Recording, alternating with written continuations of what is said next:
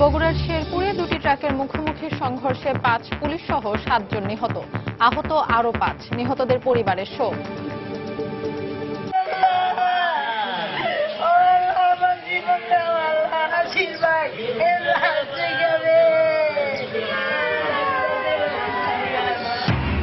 বিচারকের সই জাল করে ভুয়া ওয়ারেন্টে গাইবান্ধার সুন্দরগঞ্জের এক ব্যক্তিকে জেল খাটানোর অভিযোগ। সত্যতা স্বীকার রাষ্ট্রপক্ষের, বিচার বিভাগীয় তদন্তের দাবি। ঢাকা নিউ সুপারমার্কেট ভবনটি ঝুঁকিপূর্ণ হওয়ায় ভেঙে ফেলার সিদ্ধান্ত দক্ষিণ সিটি কর্পোরেশনের। সংস্কারের দাবি ব্যবসায়ীদের, সমন্বিত উদ্যোগ নেওয়ার পরামর্শ বিশেষজ্ঞদের। এবং পাকিস্তানের বেলুচিস্তানের দুর্গম এলাকায় মাজারে বোমা হামলা, নিহত অন্তত 52 জন, আহত শতাধিক আইএসের দায় স্বীকার।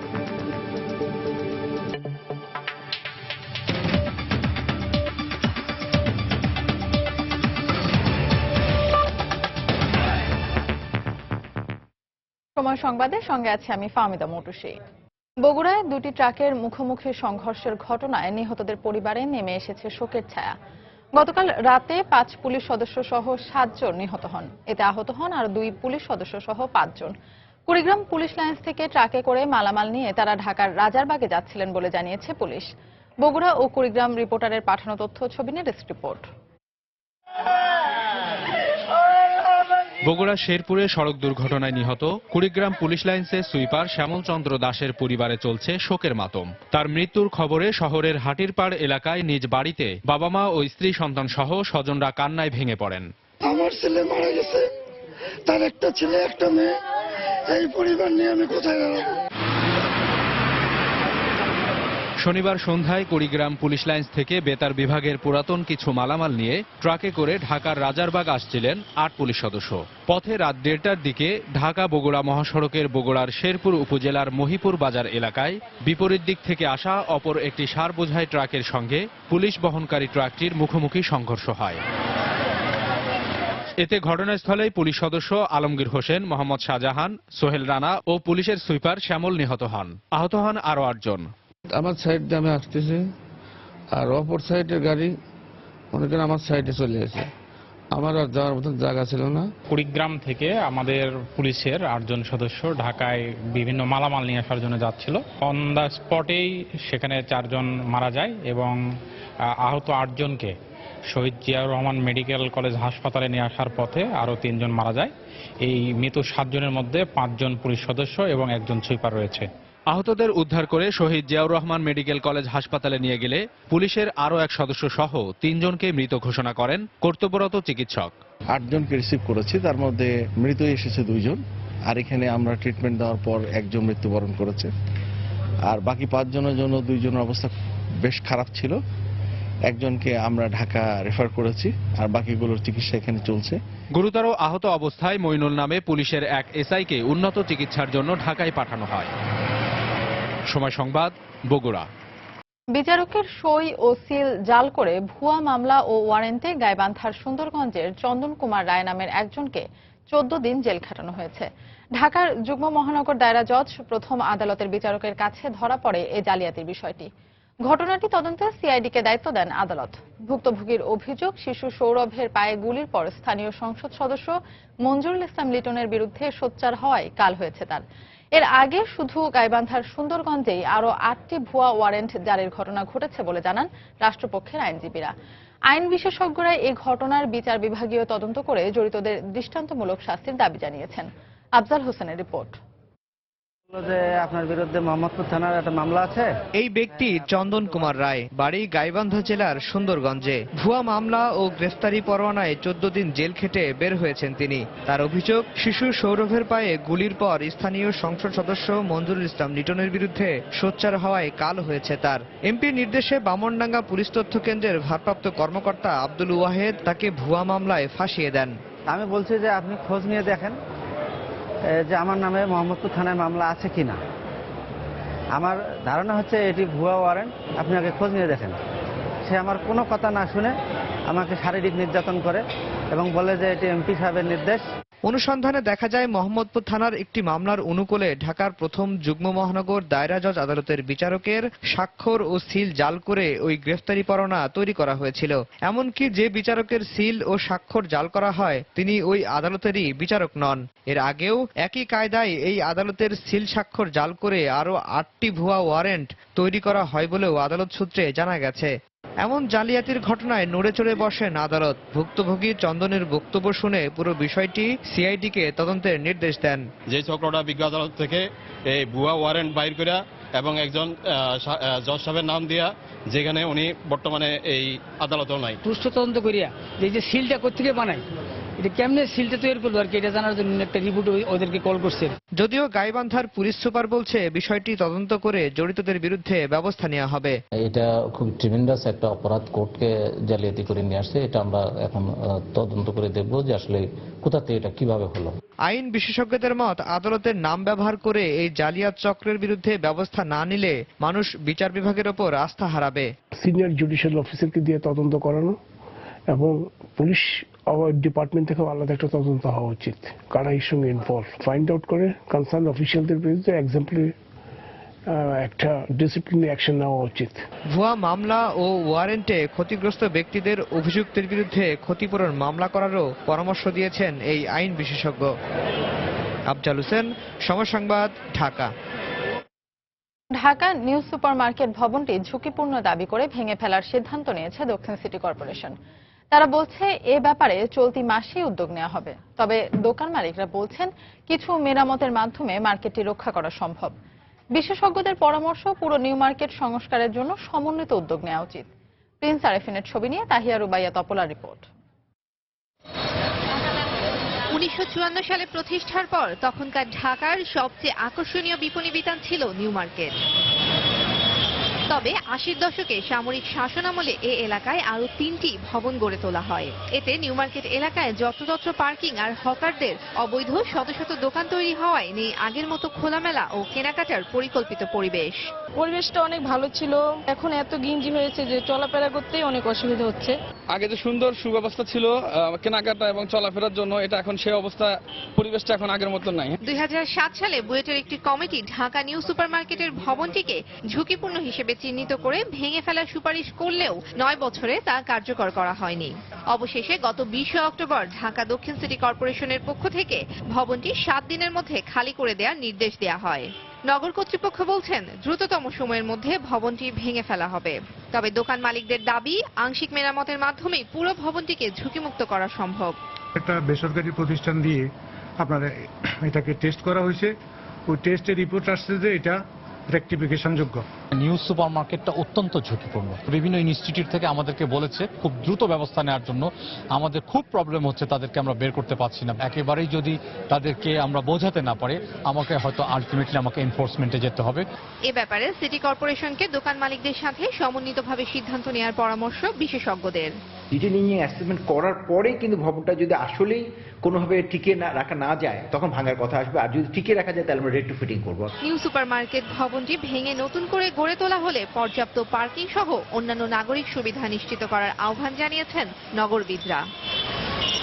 সংশ্লিষ্টরা বলছেন, যেখানে বুয়েটের রিপোর্টে 9 বছর আগেই নিউ মার্কেটের ভবনগুলোকে ঝুঁকিপূর্ণ ঘোষণা করা হয়েছে, সেখানে শুধুমাত্র বাণিজ্যিক উদ্দেশ্যে নতুন করে স্থাপনা তৈরি করা হলে তা এই এলাকার ঝুঁকি আরো অনেকটাই বাড়িয়ে দিবে।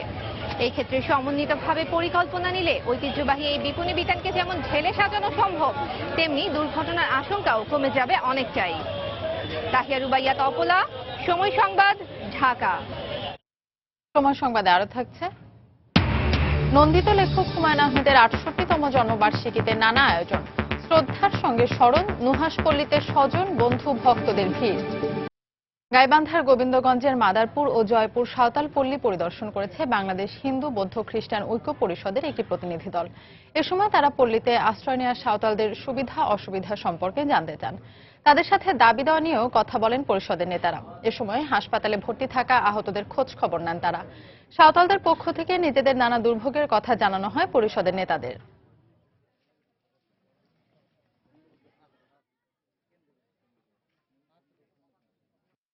যে ঘটনাটা ঘটেছে, যারা নিহত হয়েছে সে পরিবারকে ক্ষতিপূরণ এবং যারা আহত হয়েছে তাদের চিকিৎসার ব্যবস্থা এবং এখনো তাদেরকে নাকি হয়রানি করা হচ্ছে, এটা বন্ধ করা, মামলাগুলি প্রত্যাহার করা এবং এই যে বাড়াবাড়ি যে ঘটনাগুলো ঘটেছে সেটারও একটা তদন্ত করে এটার সুষ্ঠু সমাধান হোক।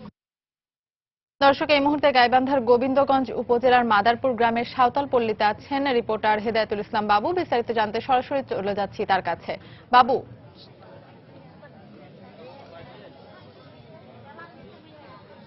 জি, মাদারপুর কিছুক্ষণ আগে এই মাদারপুর সাঁওতাল পল্লী পরিদর্শন করেছেন হিন্দু বৌদ্ধ খ্রিস্টান ঐক্য পরিষদের কেন্দ্রীয় কমিটির ভারপ্রাপ্ত সভাপতি এবং নেপালের সাবেক রাষ্ট্রদূত ডক্টর নিমচন্দ্র ভৌমিক।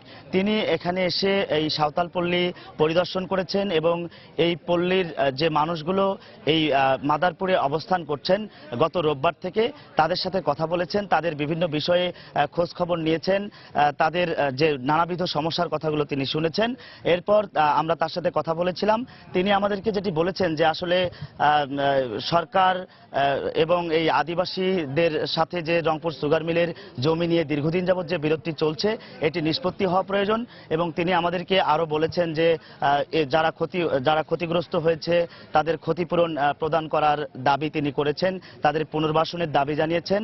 এবং আপনাকে আরেকটি বিষয় জানিয়ে রাখি যে গত রোববার মূলত সকালবেলা সেই সময় যখন রংপুর সুগার মিলের শ্রমিক কর্মচারীরা পুলিশের সহায়তা নিয়ে গাইবান্ধার গোবিন্দগঞ্জ উপজেলার কাটা মোড়ে আসে রংপুর সুগার মিলের আগ কাটতে, ঠিক সেই সময় স্থানীয় এখানকার যে আদিবাসী পল্লীগুলো আছে, বিশেষ করে মাদারপুর, জয়পুর, হরিণমারি, এই এলাকার সাঁওতালরা সেখানে কাটা মোড়ে যায় এবং তারা আগ কাটতে বাধা দেয়। আমাদেরকে রংপুর সুগার মিল চিনিকলের কর্তৃপক্ষ অভিযোগ করেছেন যে তারা আগ কাটতে বাধা দিলে পুলিশ তাদেরকে নিবৃত্ত করার চেষ্টা করে এবং এই সময় পুলিশকে লক্ষ্য করে সাঁওতালরা তীর নিক্ষেপ করে এবং সেখানে ঘটনাস্থলে 8 জন পুলিশ সদস্য তীরবিদ্ধ হয়। সেই পুলিশ সদস্য সহ 15 জন ঘটনাস্থলে তারা আহত হয়। এরপর দিনভর সাঁওতাল এবং স্থানীয় এলাকাবাসী রংপুর সুগার মিলের চিনিকলের সাথে দফায় দফায় সংঘর্ষ চলতে থাকে এবং সন্ধ্যার আগে আগে আমরা ওই দিন যেটি দেখেছি যে প্রশাসনের পক্ষ থেকে আমাদেরকে দাবি করা হয়েছে যে তারা আসামি গ্রেপ্তারের জন্য সেদিন সাহেবগঞ্জ ইক্ষু খামার এলাকায়, যেটি 1954-55 সালে রংপুর সুগার মিলের জন্য অধিগ্রহণ করা হয়েছিল 1842 একর জমি, সেই জায়গায় বাপদাদার সম্পত্তি দাবি করে যারা বসতি স্থাপন করেছিলেন সেখানে অভিযান চালায় পুলিশ আসামি ধরার নাম করে। এবং কিছুক্ষণের মধ্যেই আওয়ামী লীগের একটি প্রতিনিধি দল মাদারপুর পরিদর্শন করবেন। সেখানে খালিদ মাহমুদ চৌধুরীর নেতৃত্বে একটি টিম আসছে এবং আরো একটি টিম আসবে ডক্টর আবুল বারাকাতের নেতৃত্বে। এই ছিল আমার কাছে সর্বশেষ তথ্য। দর্শক, গাইবান্ধার গোবিন্দগঞ্জ উপজেলার মাদারপুর গ্রামের সাঁওতাল পল্লী পরিদর্শন করেছে বেশ কয়েকটি প্রতিনিধি দল এবং আরো কয়েকটি প্রতিনিধি দল সেখানে যাবেন বলে জানিয়েছেন, যেমনটি জানাচ্ছিলেন আমাদের সহকর্মী হেদায়েতুল ইসলাম বাবু। আমরা এতক্ষণ ছিলাম তার সঙ্গে। আজ জনপ্রিয় কথা সাহিত্যিক প্রয়াত হুমায়ুন আহমেদের 68তম জন্মবার্ষিকী। 1948 সালের আজকের দিনে তিনি ময়মনসিংহের কুতুবপুরে জন্মগ্রহণ করেন। জন্মবার্ষিকী উপলক্ষে পরিবারের সদস্যরা জড়ো হয়েছেন তার স্মৃতি বিজড়িত নুহাসপল্লীতে। সকালে তার স্ত্রী মেহের আফরোজ শাওন, 2 ছেলে ও আত্মীয় স্বজনদের নিয়ে কেক কাটেন। এরপর তার ভাই ও বোনরাও নুহাসপল্লীতে এসে হুমায়ুন আহমেদের জন্মবার্ষিকীতে তাকে স্মরণ করেন। তার ভাই জনপ্রিয় লেখক ডক্টর জাফর ইকবাল তার লেখার যথাযথ মূল্যায়ন ও সংরক্ষণের দাবি জানিয়ে বলেন, ভবিষ্যতে হুমায়ুন আহমেদের লেখা নিয়ে গবেষণা করা হবে।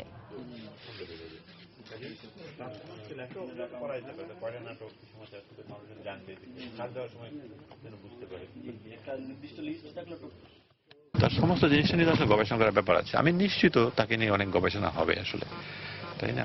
আগে হোক পরে হোক যে একজন মানুষ এত জনপ্রিয় হতে পারে। সময় সংবাদে আরো থাকছে। যুক্তরাষ্ট্রের বিভিন্ন অঙ্গরাজ্যে বিচ্ছিন্নভাবে ঘটছে ধর্ম ও বর্ণ বিদ্বেষের ঘটনা। শ্বেতাঙ্গরা দেশে ফিরতে উত্ত্যক্ত করছে বাংলাদেশি সহ বিভিন্ন অভিবাসীদের।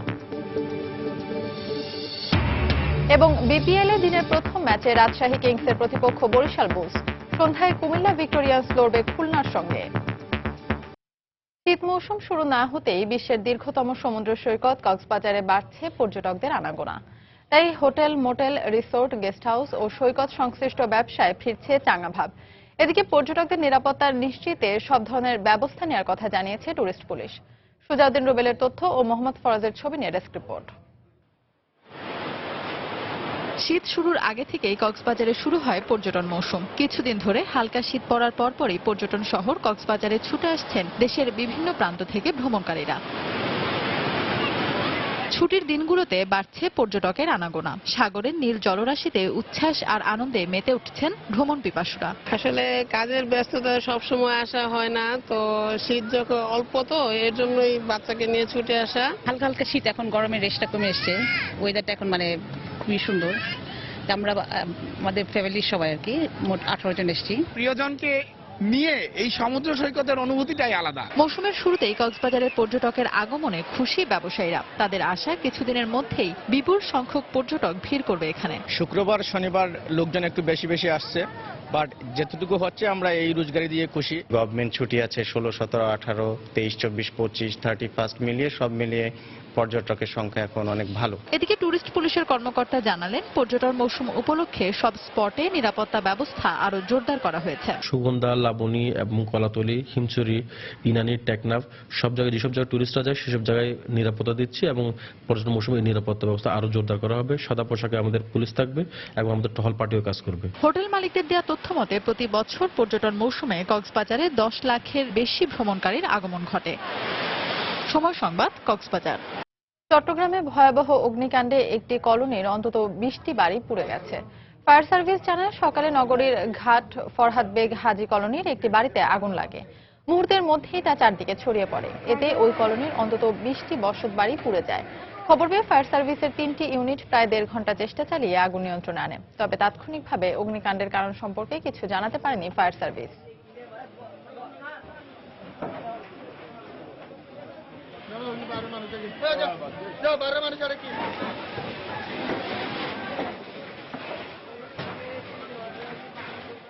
এখান থেকে দৌড় দিয়েছে আগুন গুলো, আমি দৌড়ে এসে দেখি মানে আগুন আল্লাহ কিছু বার করতে পারে না। ছাদ থেকে দেখলাম যে আগুন জ্বলতেছে, ওখান থেকে দেখলাম চিল্লি করলাম। তারপরে ওই যে আমার ছোট ভাইকে বললাম তাড়াতাড়ি ফায়ার ব্রিগেড টেলিফোন করার জন্য। জায়গাটি অত্যন্ত জটিল, কারণ এখানে ফায়ার সার্ভিসের কোনো গাড়ি ঢুকতে পারে না এবং আশেপাশে কোনো জলাশয় নাই। এ পর্যন্ত আহত নিহতের আমরা কোনো সংবাদ পাই নাই। অর্থ বছরের প্রথম 4 মাসে রপ্তানি লক্ষ্যমাত্রা অর্জনে পিছিয়ে পড়েছে দেশের সবচেয়ে বড় রপ্তানি খাত তৈরি পোশাক শিল্প। বিশ্বজুড়ে নিরাপত্তা সংকট, ডলার ও ইউরোর দরপতন এবং বাংলাদেশের তৈরি পোশাকের এককভাবে শীর্ষ ক্রেতা যুক্তরাষ্ট্রের চাহিদা কমার প্রভাব বলছে বিজিএমইএ। পরিস্থিতি মোকাবেলায় ডলারের দাম পুনর্নির্ধারণ এবং নিরবচ্ছিন্ন গ্যাস ও বিদ্যুৎ চেয়েছেন তৈরি পোশাক শিল্প মালিকরা। বিস্তারিত হাজিরা শিউলির রিপোর্টে। নানা চ্যালেঞ্জের পরেও গেল অর্থবছরের লক্ষ্যমাত্রা ছাড়িয়ে রপ্তানিতে 10% বেশি প্রবৃদ্ধি অর্জন করে তৈরি পোশাক খাত। এর ধারাবাহিকতায় চলতি অর্থবছরে এ খাতে $30 বিলিয়ন লক্ষ্যমাত্রা নির্ধারণ করা হয়। তবে বছরের শুরুতেই গুলশানে হোলি আর্টিজান রেস্টুরেন্টে জঙ্গি হামলার ঘটনায় কিছুটা বিপাকে পড়ে এই শিল্প। বর্তমানে এই সংকট কাটলেও টাকার বিপরীতে ডলারের দরপতন, ব্রেক্সিট সহ বিশ্বে সাম্প্রতিক নানা পরিবর্তনে তৈরি পোশাকের দাম কমে গেছে। ফলে গত 4 মাসে রপ্তানিতে কাঙ্ক্ষিত প্রবৃদ্ধি অর্জন হয়নি এ খাতে।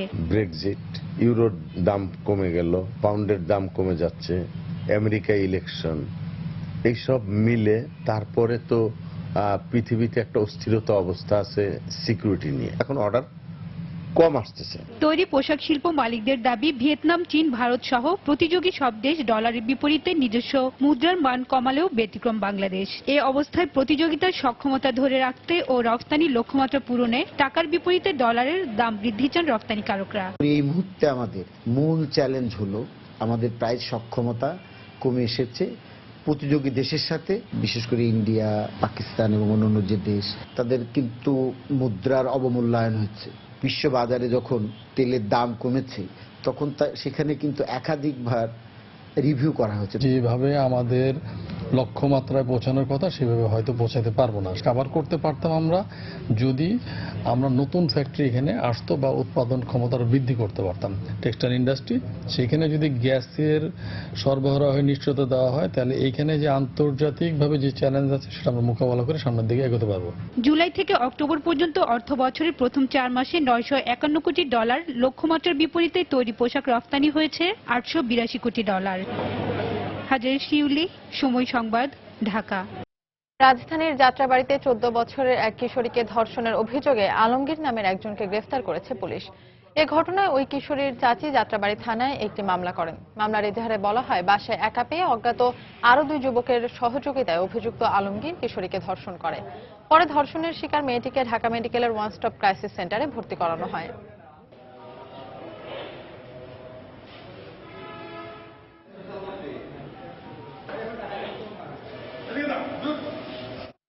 জোর করে রোগীকে বেসরকারি হাসপাতালে নেয়ার চেষ্টার অভিযোগে এক অ্যাম্বুলেন্স চালক ও তার সহযোগীকে আটক করেছে পুলিশ। গতরাত 1:30টার দিকে ঢাকা মেডিকেল কলেজের সামনে তাদের আটক করা হয়। পুলিশ জানায়, ফরিদুল ইসলাম নামের এক মধ্যবয়সী রোগীকে ময়মনসিংহ থেকে ঢাকা মেডিকেলে নিয়ে আসার জন্য একটি অ্যাম্বুলেন্স ভাড়া নেয় তার স্বজনরা। কিছু পথ এসে ত্রুটির কথা বলে অন্য আরেকটি অ্যাম্বুলেন্সে রোগী ও তার স্বজনকে তুলে দেওয়া হয়। ওই অ্যাম্বুলেন্সটি উত্তরা পর্যন্ত এসে থেমে যায়। রোগীকে ঢাকা মেডিকেলে নিয়ে আসতে অসম্মতি জানায়, এমনকি একটি বেসরকারি মেডিকেলে নিয়ে যাওয়ারও চেষ্টা করে। পরে চাপ প্রয়োগ করে ঢাকা মেডিকেলের সামনে এনে অ্যাম্বুলেন্সটির চালক ও তার সহযোগীকে পুলিশের হাতে সোপর্দ করে বিশ্ববিদ্যালয়ের শিক্ষার্থীরা।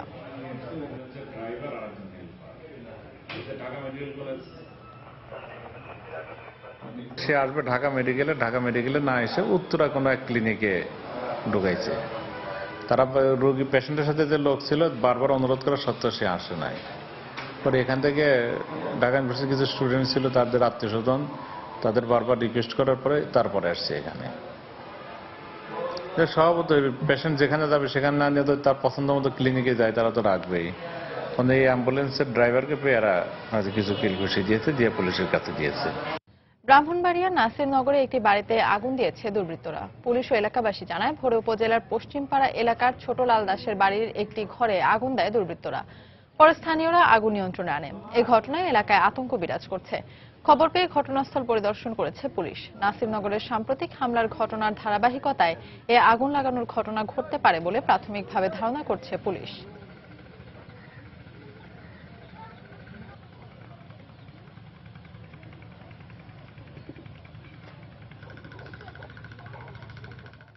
বিভিন্ন ধরনের জাল না হলে 2 লাখ টাকা দিয়ে আমি চলে যেত। ঘটনার যারা ঘটাচ্ছে তাদের গ্রেপ্তার এবং উপযুক্ত শাস্তি আমি দাবি করছি। কোনো একটা কুচক্রী মহল এটা করতে পারে, আমরা এটা চেষ্টা করে বের করব এবং অবশ্যই তাদেরকে আমরা আইনের আওতায় নিয়ে আসবো। মার্কিন যুক্তরাষ্ট্রের বিভিন্ন অঙ্গরাজ্যে বিচ্ছিন্নভাবে ধর্ম ও বর্ণ বিদ্বেষের ঘটনা ঘটতে শুরু করেছে। ডোনাল্ড ট্রাম্প প্রেসিডেন্ট নির্বাচিত হবার পর থেকে শ্বেতাঙ্গরা বাংলাদেশি সহ বিভিন্ন অভিবাসীদের উত্ত্যক্ত করছে দেশে ফিরে যেতে।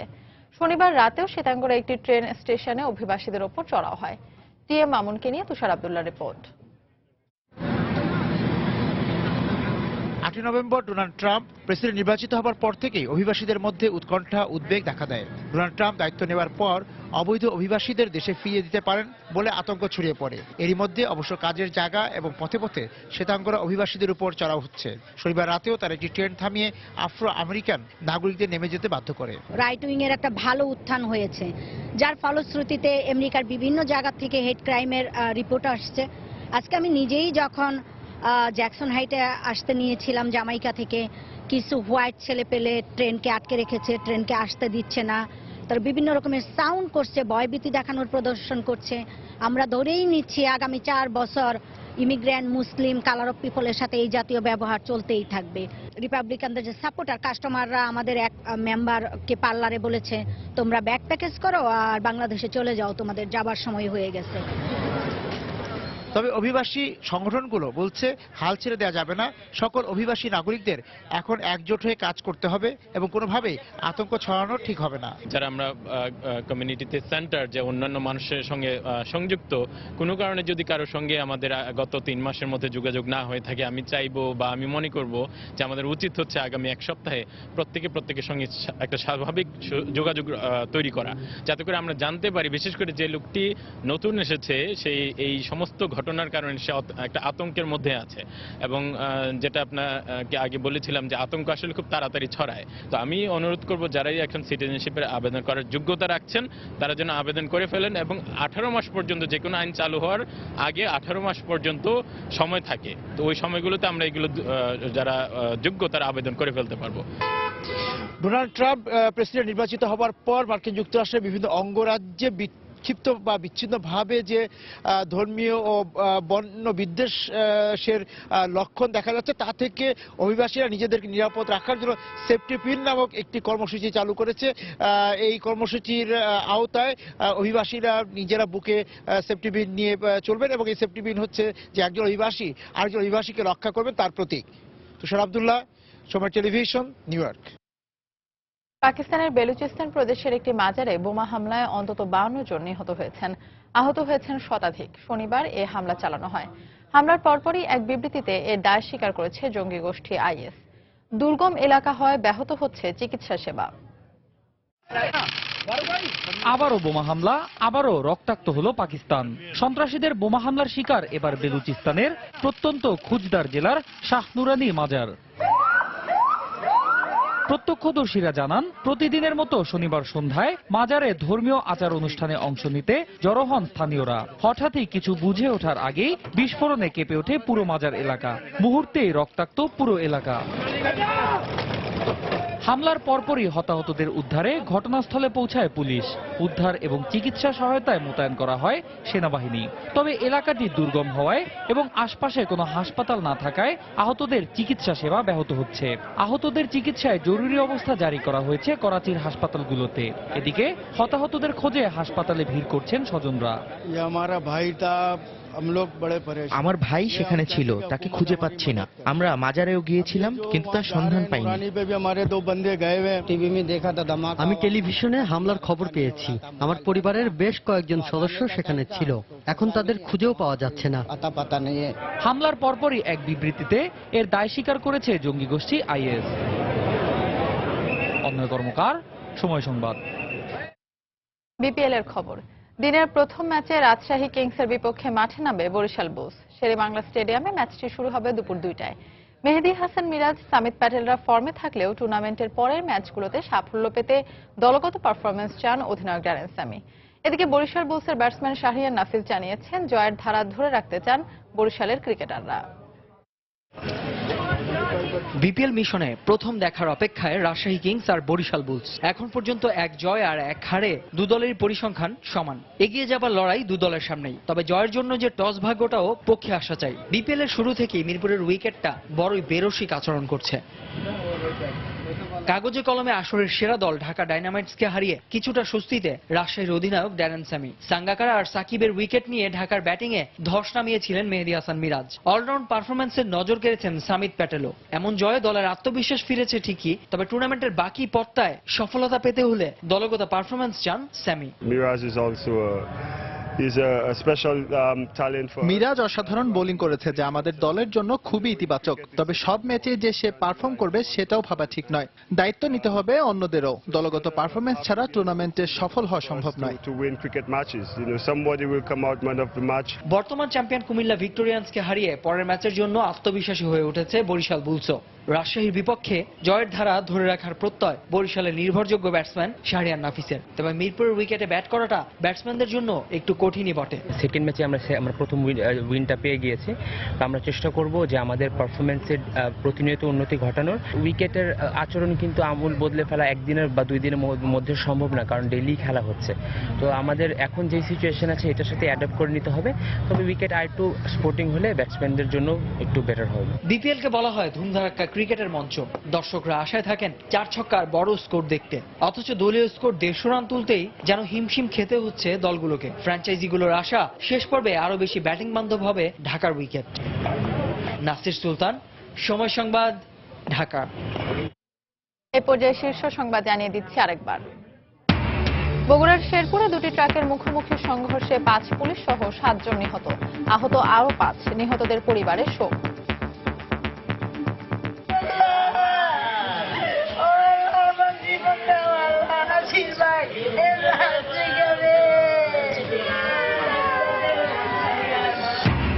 বিচারকের সই জাল করে ভুয়া ওয়ারেন্টে গাইবান্ধার সুন্দরগঞ্জের এক ব্যক্তিকে জেল খাটানোর অভিযোগ। সত্যতা স্বীকার রাষ্ট্রপক্ষের, বিচার বিভাগীয় তদন্তের দাবি। ঢাকা নিউ সুপারমার্কেট ঝুঁকিপূর্ণ হয় ভেঙে ফেলার সিদ্ধান্ত সিটি কর্পোরেশনের, সংস্কার করে টিকিয়ে রাখার দাবি ব্যবসায়ীদের।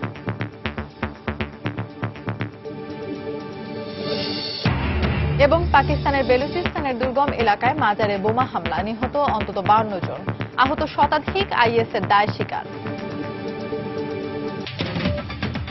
এই ছিল এখনকার মতো। যে কোনো খবর পেতে ভিজিট করুন সময়নিউজ.টিভি। যে কোনো বাংলা লিংক, রবি ও এয়ারটেল নম্বর থেকে সময় সংবাদের খবর, অনুষ্ঠান সম্পর্কে জানতে এবং যে কোনো তথ্য সময় সংবাদকে জানাতে ডায়াল করুন 16242 নম্বরে। এছাড়া এইমাত্র পাওয়া খবর মোবাইলে পেতে SMS করুন *BN লিখে পাঠিয়ে দিন 16242 নম্বরে। সঙ্গে থাকুন সময়।